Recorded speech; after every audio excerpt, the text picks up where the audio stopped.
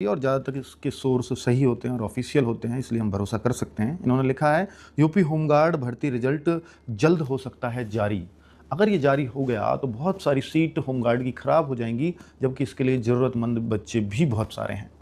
अब इसका क्या इलाज हो सकता है, तो हमने पहले भी आवाज़ उठाई है इस पर, लगातार भर्ती बोर्ड से भी रिक्वेस्ट की है, फिर एक बार करते हैं कि भर्ती बोर्ड को कोई रिजल्ट लेट करने में तो कोई दिक्कत नहीं है, जल्दी देने में तो बहुत दिक्कत हो सकती है। वह आपके मैन पावर कम है, लोगों की जनगणना में ड्यूटी लगी है, बहुत सारे कारण हो सकते हैं, इलेक्शन आ गया, ये आ गया, लेकिन लेट करने में तो कोई दिक्कत नहीं है। और लेट के लिए हमको कोई रिजल्ट क्यों अपना लेट करना चाहेगा, क्योंकि उससे साफ साफ दिख रहा है कि अगर किसी बच्चे का होमगार्ड में आ गया और फिर उसका यूपी कांस्टेबल का एग्जाम है, फिर उसका रिजल्ट यूपी कांस्टेबल में भी हो गया, तो होमगार्ड में भी सारी प्रक्रिया करवा देगा और वो कांस्टेबल में भी अपनी पूरी प्रक्रिया जारी रखेगा, क्योंकि ऐसे जब तक उसका कांस्टेबल में नंबर नहीं आया तो होमगार्ड की नौकरी नहीं छोड़ सकेगा। तो इसलिए आपसे हाथ जोड़कर भर्ती बोर्ड से फिर से एक रिक्वेस्ट है कि आप होमगार्ड का रिजल्ट यूपी कांस्टेबल के बाद दीजिए, ताकि जिसका यूपी कांस्टेबल में नंबर आ जाएगा वो होमगार्ड की डॉक्यूमेंट वेरिफिकेशन के लिए नहीं जाएगा और होमगार्ड की वो नौकरी किसी जरूरतमंद बच्चे को मिल जाएगी। और आपके यहाँ वेटिंग लिस्ट का भी प्रावधान नहीं है, बार बार बच्चों के डिमांड करने के बाद भी,